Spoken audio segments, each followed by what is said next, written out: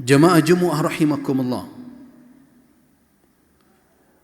Ketika kita berbicara bulan Muharram, ini merupakan salah satu dari bulan haram.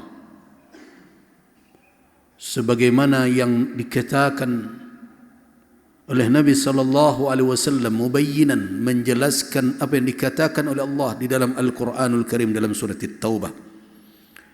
Inna iddatash syuhuri indallah 12 syahra. Sesungguhnya bilangan bulan di sisi Allah adalah 12 bulan.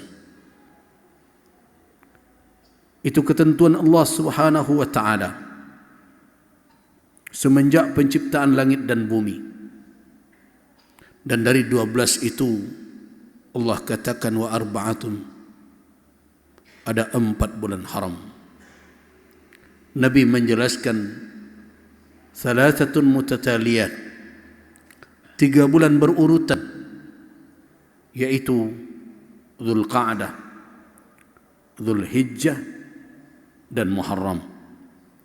Yang satu lagi terpisah dari yang 3, yaitu Rajab, yang juga dikenal di masa jahiliyah dengan Rajab Mudhar namanya. Jemaah rahimakumullah,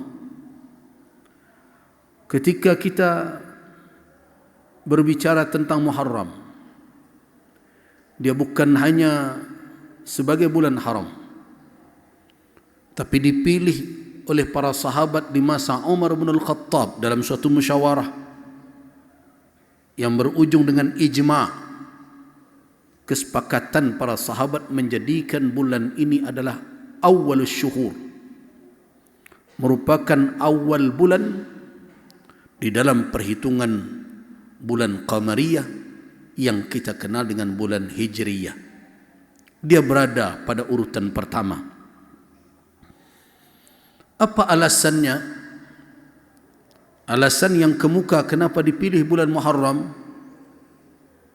karena setelah 3 bulan berturut-turut kaum muslimin fokus di dalam membangun mental spiritual dalam bentuk pelaksanaan ibadah tahunan umat Islam, yaitu ibadah haji. Seluruh perhatian, potensi mengarah ke sana, seolah-olah 3 bulan itu adalah saat-saatnya umat Islam memperkokoh silah hubungan dengan Allah Subhanahu wa taala. Boleh dikatakan mereka tidak terfokus kepada perkara duniawi, namun terfokus kepada penguatan nilai-nilai kedekatan dengan Allah Subhanahu wa taala. Al-Hajju ashhurun ma'lumat. Haji itu bulan-bulan yang telah dimaklumi, dan dimaklumi semenjak dahulu, berawal dari bulan Syawal dan berakhir pada bulan Zulhijjah. Setelah selesai pelaksanaan haji, maka kembalilah kaum muslimin, dan itu merupakan tradisi juga sebelum Islam. Mereka kembali menghadap ke urusan dunia mereka, menata kembali kehidupan, menjalani kembali profesi mereka, tetapi dengan suasana jiwa yang berbeda. Suasana jiwa yang telah menjalankan ibadah yang intensif, berpusat di Ka'bah, telah menjalani perenungan yang mendalam di Arafah, telah melakukan muhasabah yang berkesinambungan di Muzdalifah dan Mina, dan mereka pulang dengan suasana yang baru dari sisi mental, keimanan. Mungkin kalau seandainya mereka bisa menentukan kapan ajal tiba, tentu mereka akan memilih saat itu menghadap Allah Kenapa? Karena mereka telah kembali, kalau betul mereka mendapatkan buah dari ibadah itu, sebagaimana janji Nabi, kharaja min dhunubihi kayaumi waladatu ummuh. Dia keluar dari dosanya seperti hari dia dilahirkan oleh ibunya. Tetapi qada Allah subhanahu wa ta'ala itulah yang berlaku. Kehidupan harus berjalan. Karenanya di bulan Muharram qada Allah berlaku, kehidupan dunia tetap berlanjut sampai ketentuan yang telah ditetapkan oleh Allah Subhanahu wa taala tiba. Kehidupan harus dihadapi, tetapi dengan suasana mental yang berbeda.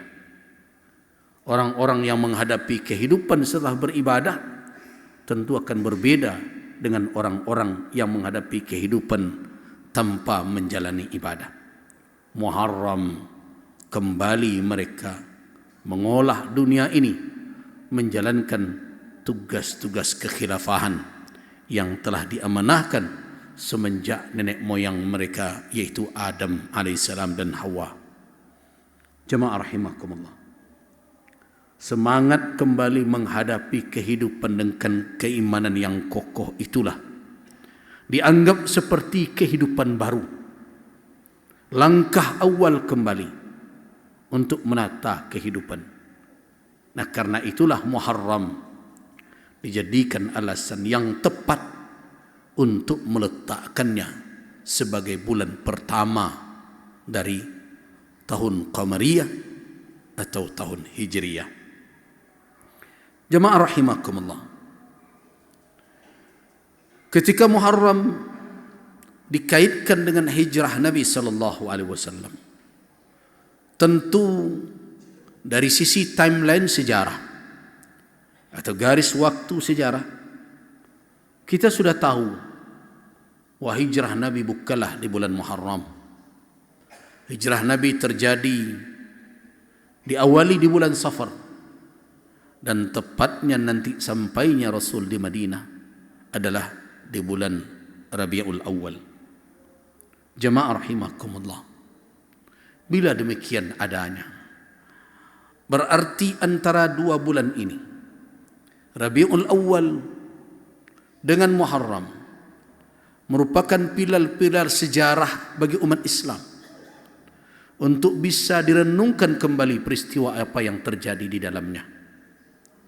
Ketika satu sisi kehidupan harus berjalan tapi dengan suasana jiwa yang baru, di satu sisi Rabiul Awal adalah intilaqan, merupakan titik balik bagaimana umat mendapatkan izzah, wibawa dan kedudukan yang mulia di tengah-tengah masyarakat dunia ini.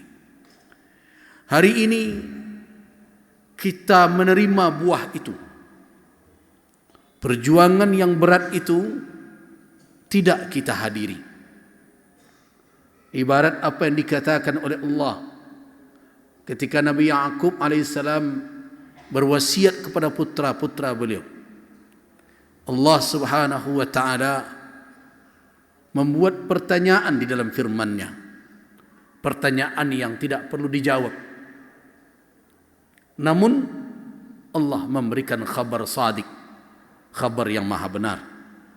Am kuntum syuhada, adakah kamu hadir sebagai saksi? Idh hadara Ya'qub al-maut, ketika hadir kematian menghampiri Nabi Ya'qub alaihissalam. Tentu jawabannya tidak. Kita tidak hadir di saat itu. Kalau makna syahid di situ adalah hadir dalam peristiwa tersebut. Tetapi apakah kita bisa jadi saksi? Ya. Kenapa? Kita bersaksi atas kebenaran pesan itu pernah terlontar oleh Nabi Allah Ya'qub. Benar adanya. Disebabkan apa? Bisa bersaksi? Karena khabar itu datang dari yang maha benar, Allah subhanahu wa ta'ala, dan disampaikan oleh manusia yang mustahil berdusta, yaitu Rasulullah sallallahu alaihi wasallam. Apa pesan Nabi Allah Ya'qub? ma ta'buduna min ba'di. Apa yang kalian sembah setelah aku tiada. Nah, kalau kita bawakan konsep Quran itu kepada kondisi kita hari ini, apakah kita hadir di saat peristiwa-peristiwa hijrah tersebut, di saat peristiwa-peristiwa bulan Muharram itu terjadi? Tentu kita akan berkata bahwa kita tidak hadir. Tapi bisakah kita jadi saksi bahwa peristiwa itu pernah terjadi? Kita akan mengatakan dengan iman kita, dengan keyakinan kita yang berlandaskan kepada ilmu yang diwarisi dari generasi ke generasi, bahwa peristiwa itu benar adanya. Wa nahnu ala dzalika minasyahidin. Kita menjadi saksi atas kebenaran itu. Nah, jemaah rahimakumullah, apa yang patut kita saksikan? Apa yang perlu kita yakinkan kepada diri kita? Bahwa itu adalah peristiwa yang benar. Bahwa Nabi sallallahu alaihi wasallam telah menegaskan kepada seluruh manusia bahwa apapun kondisi dan keadaan umat, apabila pertolongan Allah tiba dan selama umat itu pantas mendapatkan pertolongan tersebut, maka kemenangan pasti akan diraihnya. Semangat itulah yang tidak boleh padam dari tahun ke tahun, yang harus dikobarkan di setiap waktu. Apa kata Allah dalam ayat suratul Anfal tadi? Wadhkuru, dan ingatlah oleh kamu sekalian, idh antum qalilun, tatkala kamu sekalian berjumlah sedikit, mustad'afun, kamu dipandang rendah, hina, dianiaya, dilecehkan, fil ardi, di muka bumi ini. Bahkan takhafun, bahkan kamu sedang merasa ketakutan, khawatir, ayatakhattafakumun nas, kamu akan diculik oleh orang-orang itu, kaum musyrikin itu. Kapan mereka hendak mengambilmu, tidak ada yang bisa menghalang. Kapan mereka hendak menculikmu, tidak ada yang bisa menghambat. Kamu diliputi oleh rasa cemas, kekhawatiran. Tapi apa yang terjadi? Fa'awakum, kemudian Allah memberikan kamu tempat menetap, tempat tinggal, Al-Madinah Al-Munawwarah, wa ayyadakum binasrih, dan Allah memberikan kekuatan kepadamu dengan kemenangan yang Dia berikan.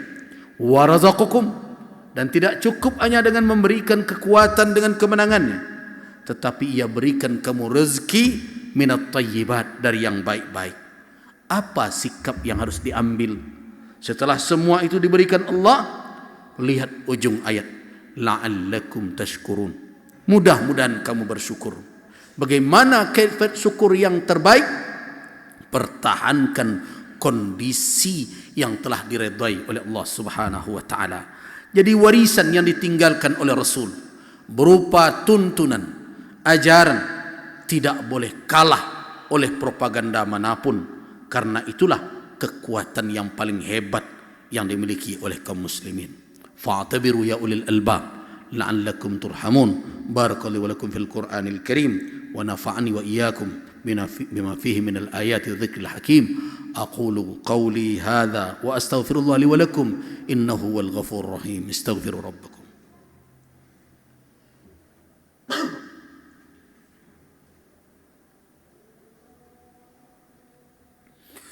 الحمد لله الذي أعاننا على طاعته وجعلنا من المسلمين. أشهد أن لا إله إلا الله رب العالمين، وأشهد أن محمدا عبده ورسوله ونبيه الأمين.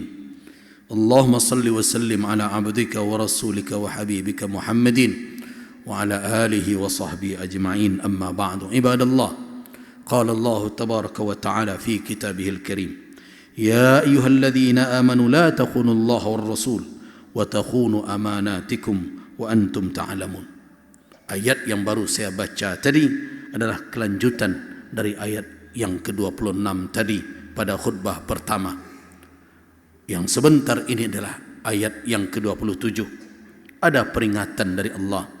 Wahai orang-orang yang beriman, la takhunullah, jangan kamu khianati Allah dan Rasul. Wa takhunu amanatikum, dan kalian khianati amanah kamu sekalian. Wa antum ta'lamun, padahal kamu mengetahui. Jamaah rahimakumullah, kenapa itu yang kita khutbahkan?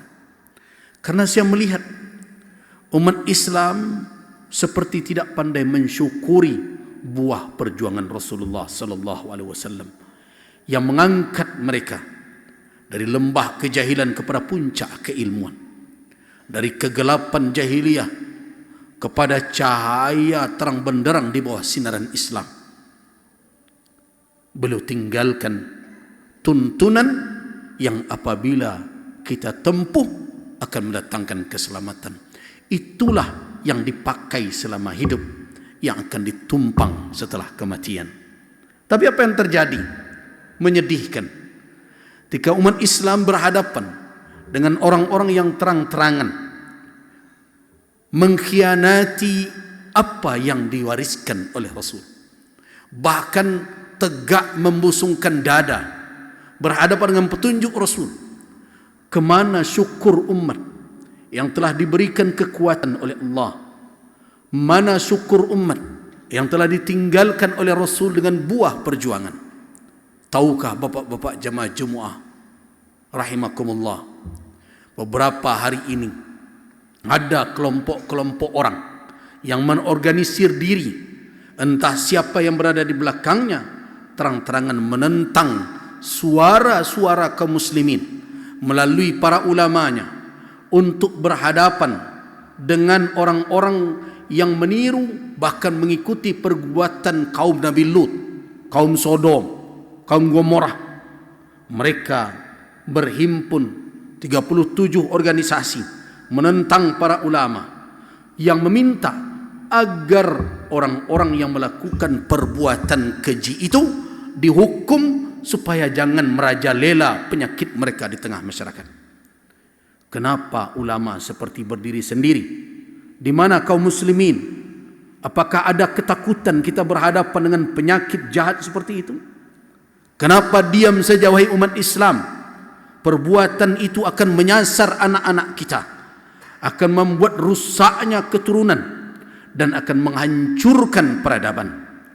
Apabila ini terjadi, walau dengan alasan apapun, tetap berkelanjutan, maka yang akan rusak dan yang akan terhina adalah apa yang telah dicapai oleh Nabi sallallahu alaihi wasallam.